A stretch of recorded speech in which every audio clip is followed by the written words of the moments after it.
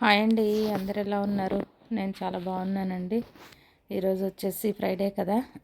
ఈరోజు మీరందరూ పూజ చేసుకున్నారా? నేను కూడా నా ఇంట్లో చేసుకున్నాను. మీతో షేర్ చేసుకోవాలని అనిపించింది, అందుకే ఈ వీడియో చేస్తున్నానండి. ఈరోజు పూలు ఎక్కువగా లేవు, ఉన్న వరకు అరేంజ్ చేసి పెట్టేశానండి. ముందుగా గడప శ్రీ మహాలక్ష్మి కదా, అందుకే గడపను శుద్ధి చేసి పసుపు రాసి బొట్లు పెట్టి పూలు పెట్టి అలంకరించానండి. నాకు అలా అలంకరించడం అంటే చాలా ఇష్టం అండి.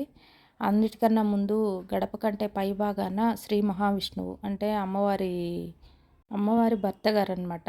ముందు ఆయనకి అలంకరణ చేయకపోతే కనుక అమ్మవారికి కోపం వస్తుంది అని చెప్పేసి అంటుంటారు. అది కూడా కంప్లీట్ చేశానండి. తర్వాత తులసమ్మని అలంకరించుకున్నాను. తర్వాత లోపలికి వచ్చేసానండి. దీపాల వెలుగుల్లో మన పూజ గది చూడండి, అమ్మవార్లు చూడండి ఎలా వెలిగిపోతున్నారో. పువ్వులు పసుపు కుంకుమ ఉంటేనే ఆ కళే వేరండి. పూజ గది చూస్తుంటే చాలు ఎంత ప్రశాంతంగా అనిపిస్తుందో, మనసుకి హ్యాపీగా అనిపిస్తుంది. ఏ టెన్షను ఏది కూడా గుర్తురాదండి.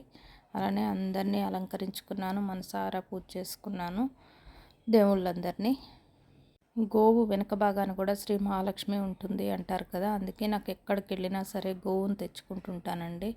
నాకు చాలా ఇష్టం గోవు అంటే. ఇంటి ముందుకు వచ్చినా సరే నేను ముట్టిగా పంపించనండి, ఏదో ఒకటి పెట్టి ప్రసాదం పెట్టి పంపిస్తుంటాను.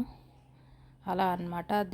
దీపధూప నైవేద్యాలతో అలా జరిగింది నా పూజ విధానం. తర్వాత మన ప్రసాదం కింద సేమియా పాయసం చేశానండి. అదనమాట ఈరోజు నా పూజ.